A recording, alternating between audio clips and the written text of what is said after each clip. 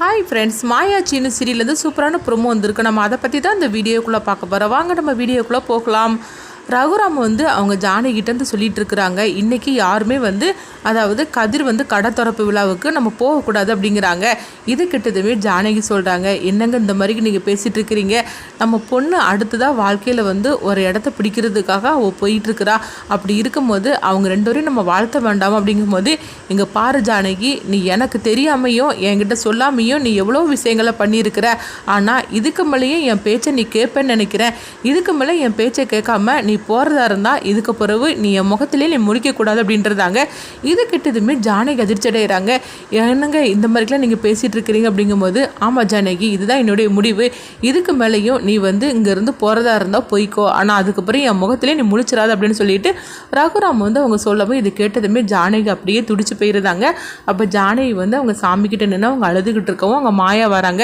என்ன பெரியம்மா, எதுக்காக இப்படி அழுதுகிட்டு இருக்கிறீங்க அப்படிங்கும்போது, வேறு என்ன நினச்சி, எல்லாமே என் பொண்ணுங்களை நினச்சி தான்.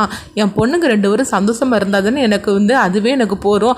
ஆனால் என் பொண்ணுங்க ஒரு இடத்த அடுத்த லெவலுக்கு போகும்போது நம்ம அதுக்காக அவங்களுக்கு துணையாக நம்ம இருக்க வேண்டாமா? ஆனால் அவரை பாரு, கடை திறப்பு விழாவுக்கு கூப்பிட்டதுக்கு வரமாட்டேன்னு சொல்லிட்டாரு.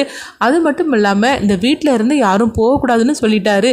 நம்ம என்ன பண்ணுறதுக்குன்னு தெரியல. நானும் செழிப்பை தேய்ச்சிது, ஆனால் அவர் கேட்குற நிலைமையில இல்லை. அப்படிங்கும்போது அவர் பேச்சை மீறி நம்ம என்ன பண்ண முடியும் அப்படின்னு சொல்லவும் இது கேட்டதுமே மாயா சொல்கிறாங்க, இங்கே பாருங்க பெரியம்மா, நீங்கள் அதை நினச்சி கவலைப்படாதீங்க. பெரியப்பாவோட மனசு சீக்கிரமாகவே மாறும். அப்படிங்கும்போது என்ன மாயா நீ சொல்லிட்டு இருக்கிற, நாளைக்கு விடிஞ்சா கடை திறப்பு விழா, அப்படி இருக்கும்போது நம்ம போக வேண்டாமா அப்படிங்கும்போது அப்போ மாயா சொல்லிட்டு இருக்கிறாங்க, இன்னும் கொஞ்ச நேரம் டைம் இருக்க தானே செய்யுது, கண்டிப்பாக பெரியப்பா ஒரு நல்ல முடிவாக எடுப்பார். அப்படிங்கும்போது எனக்கு என்னமோ நம்பிக்கை இல்லை. அது மட்டும் இல்லாமல் நம்மளையும் போகக்கூடாதுன்னு சொல்லிட்டாரு, என்ன பண்ணுறதுக்கு தெரியல அப்படின்னு சொல்லிட்டு இருக்கிறாங்க. அடுத்து பார்த்தோம்னா ரகுராம் வெளியே போகிற மாதிரி கிளம்புறாங்க. இவர் எங்கே போகிறாரு அப்படின்னு சொல்லிக்கிட்டு அவங்க ஜானகி குழப்பத்தோடு இருக்கவும் ரகுராம் எதுவுமே பேசாமல் அவங்க அங்கேருந்து கிளம்பி போயிருந்தாங்க. அதுக்கப்புறம் பார்த்தோம்னா தனா அவங்க ஃபோன் பண்ணுறாங்க, என்னம்மா கடை திறப்பு விழாவுக்கு யாருமே வரமாட்டிங்களாம்மா நம்ம வீட்டில் இருந்து அப்படின்னு சொல்லவும் இது கிட்டதுமே ஜானகி கண் கலங்கி அழ ஆரம்பிச்சிருந்தாங்க. அப்போ தனா சொல்லிட்டு இருக்கிறாங்க, நாங்கள் ரெண்டு பேரும் ஒரு அனாதை மாதிரி இருந்துட்டு இருக்கிறோம். ஆனாலும் அப்பா இந்த மாதிரிக்கு வரமாட்டேன்னு சொல்லிட்டாரம்மா, யாருமே வரவும் கூடாதுன்னு சொல்லிட்டாரம்மா. இப்போ நான் என்னம்மா பண்ணுறதுக்கு, நாங்கள் ரெண்டு பேரும் ஒரு அனாதைங்க மாதிரிக்கு இருக்கிறோம்மா அப்படின்னு சொல்லவும் நீங்களாவது வருவீங்களாம்மா அப்படிங்கிறாங்க. உடனே இதை கேட்டுட்டு ஜானகி அழ ஆரம்பிச்சிருந்தாங்க. தனா, நான் என்ன பண்ணுறதுக்குன்னு எனக்கு தெரியல தனா அப்படின்னு சொல்லவும் உடனே தனாவும் நான் ஃபோனை வைக்கிறமான்னு சொல்லிட்டு வச்சுருந்தாங்க. அடுத்து பார்த்தோம்னா தனா சோகத்தோடு இருக்கும்போது அங்கே கதிர் வராங்க. அப்போ தனா சொல்லிட்டு இருக்கிறாங்க, எனக்கு மனசே சரியில்லை, நம்ம கோயிலுக்கு போகலாமா அப்படிங்கும்போது, ஆமாம் தனா, எனக்கு கூட மனசே சரியில்லை அப்படிங்கிறாங்க. என்னங்க ஆச்சு அப்படிங்கும்போது, ஏதாவது பிரச்சனையான்னு சொல்லி கேட்கும்போது, இல்லை இல்லை வேற எந்த பிரச்சனையும் கிடையாது, கடை திறப்புலாக்கு அங்கே எல்லாமே ரெடி பண்ணியாச்சுது, ஆனால் நம்மளுக்காக யாருமே வரமாட்டாங்களா, அதை நினச்சாதான் கவலையாக இருக்குது அப்படின்னு சொல்லவும், ஆமாங்க அதே கவலை தான் எனக்கும், அதனால தான் கோயிலுக்கு போயிட்டு வரலாம் அப்படிங்கவும் சரின்னு சொல்லிக்கிட்டு கதிரும் தானாவும் கோயிலுக்கு போகிறாங்க. அங்கே பார்த்தோம்னா புவனேஸ்வரி அவங்கள பார்க்குறாங்க. பார்த்ததுமே உடனே புவனேஸ்வரி அவங்ககிட்ட பேசுறதுக்காக வரும்போது அப்போ தானா சொல்கிறாங்க, உங்ககிட்ட பேசுறதுக்கு எங்களுக்கு எதுவும் கிடையாது அப்படிங்கும்போது, தெரியும் நீ என்கிட்ட பேச மாட்டேன்னு எனக்கு தெரியும், ஆனாலும் உங்களை பார்த்தாக்கி எனக்கு பாவமாக தான் இருக்குது அப்படிங்கிறாங்க.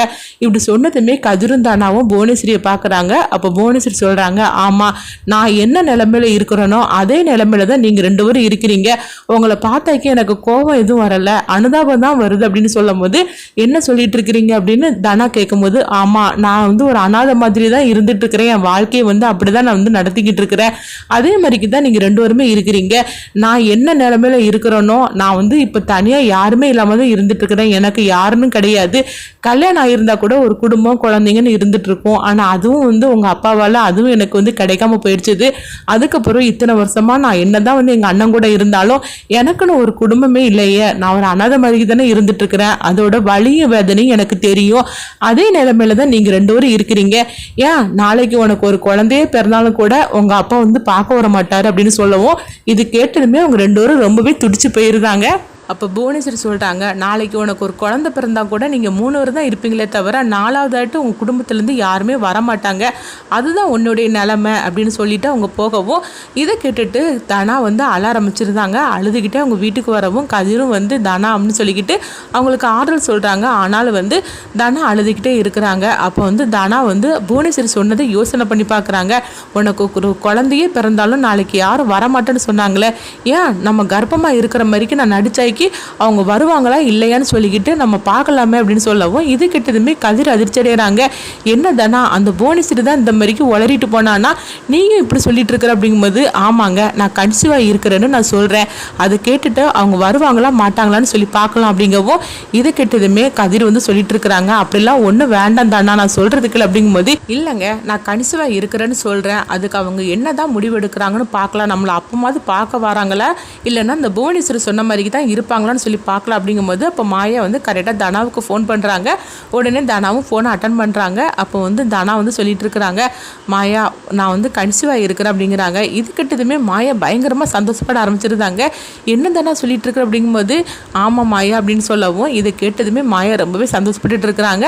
நான் கடை வேலையெல்லாம் எந்த நிலைமையில இருக்குன்னு கேட்கறதுக்காக தான் ஃபோன் பண்ணினேன், ஆனால் நீ இப்படி ஒரு சந்தோஷமான ஒரு விஷயத்த சொல்லியிருக்கிறேன், நான் உடனே நான் பெரியம்மா கிட்ட சொல்லப்பேன் அப்படின்ட்டு மாயா பார்த்தோம்னா அவங்க ஜானகி கிட்ட இந்த விஷயத்தை பற்றி சொல்கிறாங்க. இதை கேட்டதுமே ஜானகி ரொம்பவே சந்தோஷப்பட ஆரம்பிச்சிருந்தாங்க.